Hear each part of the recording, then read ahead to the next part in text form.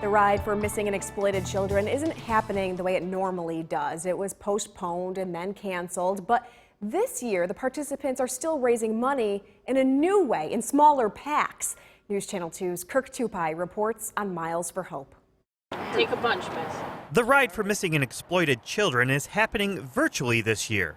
The theme is Miles for Hope.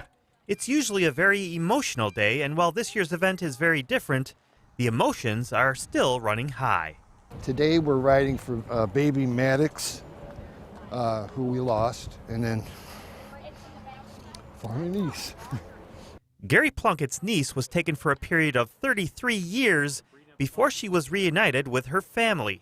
The pain he felt over that period of time forced him to get out and take some action. For a long time we had no idea if she was alive even, so it was very rough. And one of the reasons that I started with the ride was because I didn't want other families to go through it.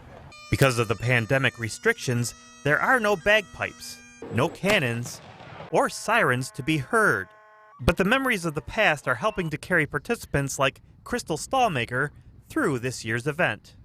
It was one of the best moments in my life. I just loved the whole day and meeting the families and meeting the kids at the different schools.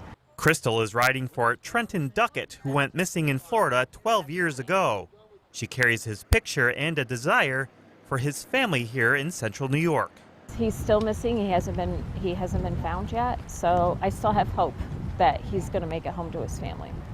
Even though there aren't hundreds of riders participating at the same time, the purpose of the event remains the same. So we wanted to still acknowledge the Ride for Missing Children and the Miles of Hope and keep the mission alive and continue awareness. Joy Presta is one of almost 400 riders that are staggering up 100 miles through the month of September. But this year's event isn't just for cyclists. The National Center for Missing and Exploited Children's Program Director explains. We're hoping that people will participate throughout the month, raise awareness, ride with their jerseys on, walk, kayak, swim. There's people doing all kinds of different activities. Just basically get active, raise awareness, do some fundraising, and help us, spread our mission. We'll provide you with a link on how you can get involved on our website, WKTV.com. In Utica, I'm Kirk Tupai reporting for News Channel 2.